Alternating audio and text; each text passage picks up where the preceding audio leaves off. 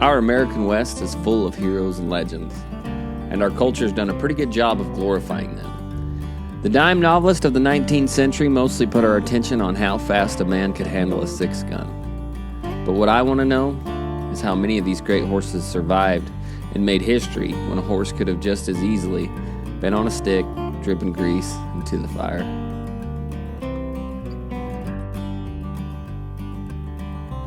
To this day, I still love the old black and white shows our parents and grandparents had to hold their bathroom breaks for.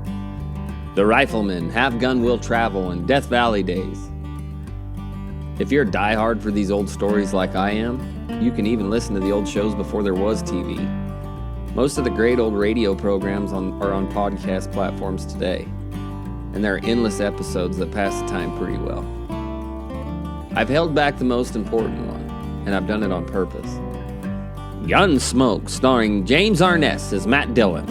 Out in the West, there's just one way to handle the killers and the spoilers, and that's with the U.S. Marshal and the smell of gun smoke.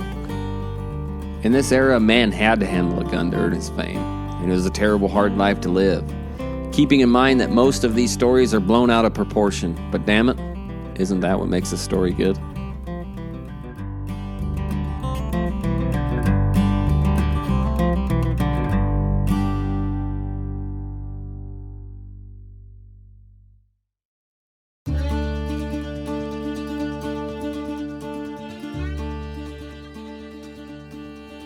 For a horse then and now, it was easy to be common. You may have been the fastest rascal alive and spend your entire life hooked to a plow. Or even today, you may be the most talented cow horse ever born, but old Susie just wants you to stand quiet at the mountain block and eat some cookies. Since the beginning of time, it's been hard for a horse to be special or even legendary, especially whenever the topic of good horses comes up. The conversation is flooded with tales of perfectly average horses doing perfectly average things. But some rise above the general run. Some get into the right hands at the right times, and they change the world. Greek mythology records an epic exploit of a wonderful winged horse named Pegasus. The story of early Texas cow country speak of another legendary horse. He was called Steel Dust, and like Pegasus, he could fly, but without ever leaving the ground.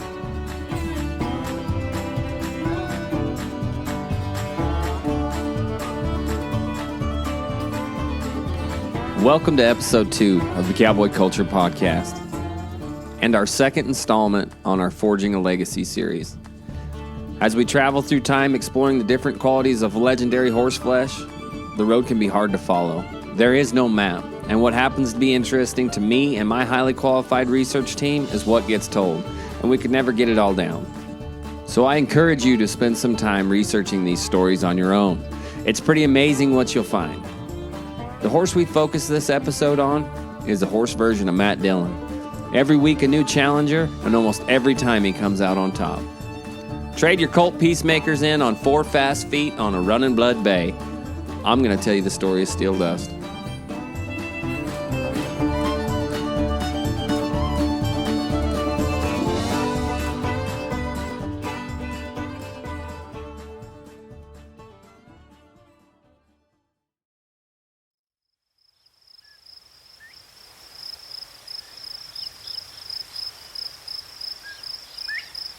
If you can picture yourself in Kentucky in the spring of 1843, there's a banjo playing off in the distance. There's traces of smoke from the trees boiling up liquor.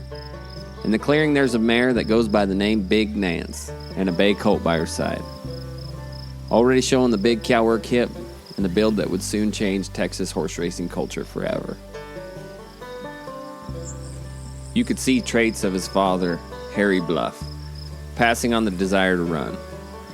But I like to think that he got his willingness to work from his mother. Harry Bluff was owned by Marcus Daly at the time, but later moved up to live his life on the Yellowstone River in Montana. There, the Fraser family raised, work, and race horses as well as cattle. The Pertrons they raised were good enough to furnish the workhorses for the Chicago Fire Department.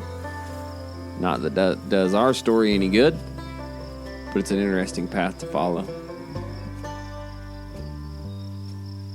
Now, since you and I made our trip from England to Virginia, horse racing had spread west like a government-crafted epidemic.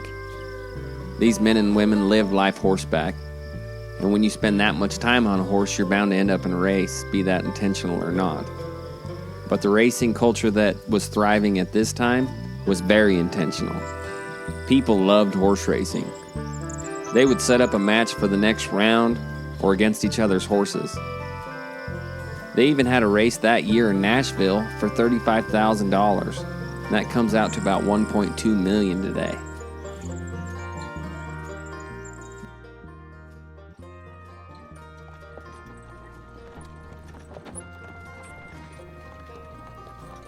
By the next year, the little Blood Bay was a year old.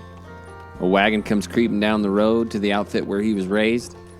Up on the seat driving the team was Middleton Perry, a young stonemason that heard there was free land in Texas. And he was going to get his 640 acres come hell or high water. Beside him, his brother-in-law, Jones Green. The two had $300 between them, and they knew if they were going to make it in Texas, that they were going to need better horse flesh than what Texas was producing at the time. So they made a deal for the little yearling stud, tied him to the back of the wagon, loaded the family, and set out for 10 Mile Creek, and what would later become Lancaster, Texas. Before there were roads or backup plans, all they had was a dream of a better life on their own ground. And if there was some unknown place promising the same thing right now, it makes me wonder if I'd attack the challenge with the same confidence. But I'm also left envious of the opportunity.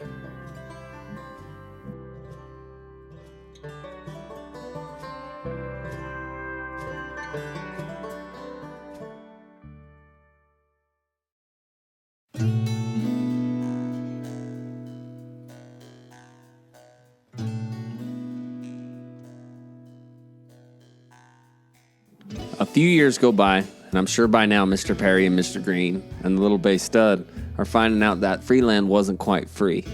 And lucky for them, they got there when they did, because by 1854, the land grants had been reduced to 160 acres that Marty Robbins was singing about. It took both family signatures to get the 640 acres they did get, but lo and behold, these men and the Bay Stud were resilient. They proved up the ground, and they taught the Little Bay about work. They used a horse for what horses were for. He was a saddle horse when working cattle and a plow horse when in the pulling collar. But ask someone from that part of the country at that time, and they would say that by the time the little horse learned to run, he cleaned way more plows than he ever pulled. The Blood Bay had grown up to be somewhere between 15 and 16 hands, roughly 1,200 pounds with little ears and a big jaw, and by now I'm sure he'd been given his name, Steel Dust. Wasn't long before the brother-in-laws figured out the best way for the little stud to cover up the cost of proving up that 640 acres. It wasn't busting sod. It was in town, running on the track, bringing home buckets of cash. They ran him bareback with his back soaked in molasses to keep the Tom McKnight stuck to his back like a fly stuck in honey. The more Dust ran, the more famous he got, drawing challengers from all over the Lone Star State who couldn't believe that he was as fast as everyone said he was. By 1854, he had a reputation so big that when he ran against the horse Mammoth in McKinney, Texas, they had to shut down the town and kick all the men out of the hotel so there would be enough room for the women and children. And you could bet your biscuits, in Matt Dillon fashion, he whipped them all.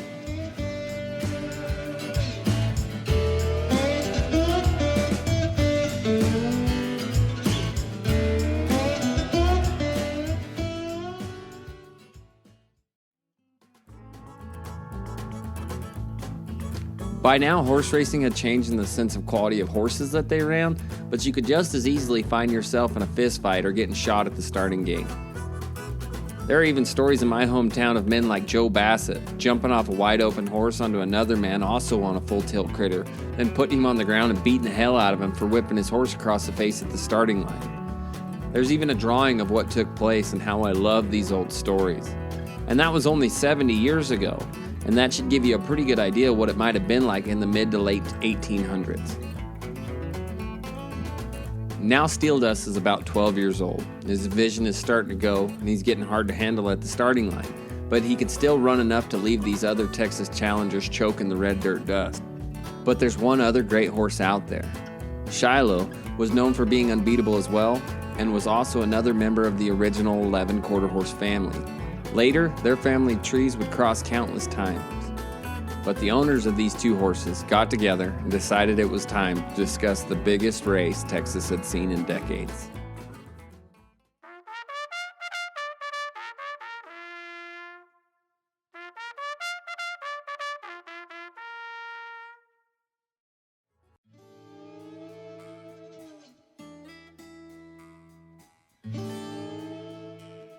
Both families agreed that they would run in Dallas. They'd use a starting gate, and the starting gates were made of wood like everything else at that time. The two studs are loaded. Anticipation is high. Steel Dust jumps at the gate, running a broken timber so far in his shoulder that he never ran again.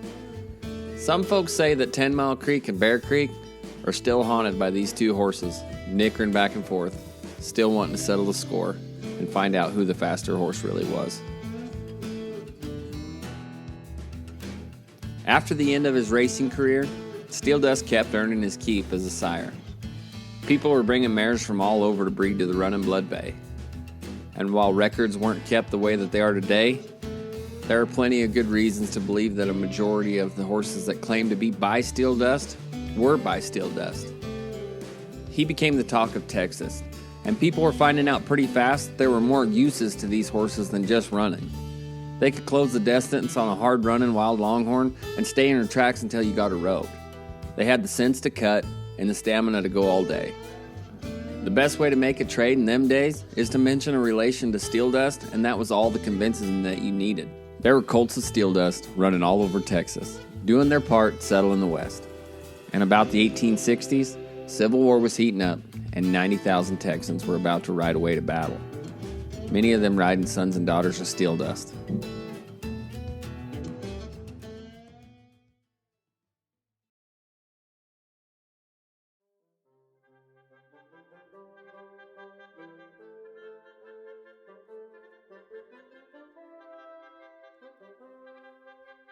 Both Mildred Perry and brother-in-law Jones Green enlisted to fight for the Confederacy. Perry became the first captain of the 18th Texas Cavalry at 47 years old and rode off to battle on a Steel Dust colt.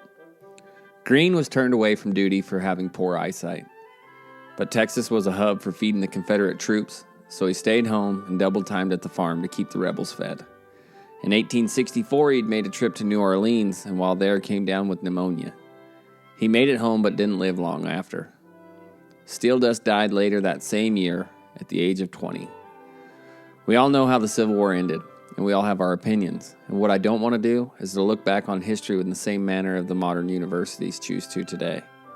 As naturally tribal, people like to pick a good guy and a bad guy, tearing down statues or casting hatred onto the Confederate men and women. I'd like to quote Elmer Kelton in a speech he gave. We don't have to agree with how Granddad lived, but we can't hate him for doing the best he could in the time that he lived.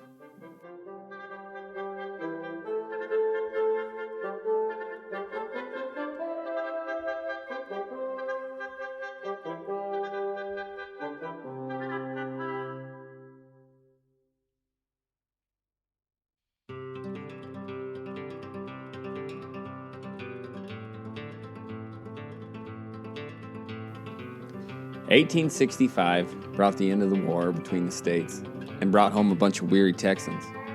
I can't imagine how Perry would have felt returning home finding that his brother-in-law and partner, as well as the most famous horse Texas had ever seen, dead. Perry didn't stick his head in the sand. He continued to be a beloved man in his community, even serving as the county commissioner. Luckily, Steel Dust had already made his mark on his kids and now grandkids. His legacy was living on, and now making themselves useful, throwing together the giant herds of longhorns and pointing them north. And also, thank goodness, racing. One of the more famous Steel Dust colts was the Denton mare. She was a standout herself, but the real fame came from the man that owned her. Maybe you've heard of a man named Sam Bass. Sam was born in Indiana, left home young, spent some time at a Mississippi sawmill where he learned how to play cards and handle a six-gun. Basically everything you need to know to be a Texas cowboy. By the time he was 19, he was living in Denton, Texas, and got to see Steel Dust run off and through the prime of his racing career. In 1874, he happens upon a sorrel 2-year-old filly. She's of Steel Dust descent, and she looks like she can run. He haggles around, makes a trade, hires a black jockey, and the two were unbeatable together. It was a suspicion that it was for more reasons than that the mare was just fast. After being accused of cheating on several different occasions, he trades the mare off. Between the trade and the way he lived his life the next couple years, I'd have to say he was probably guilty.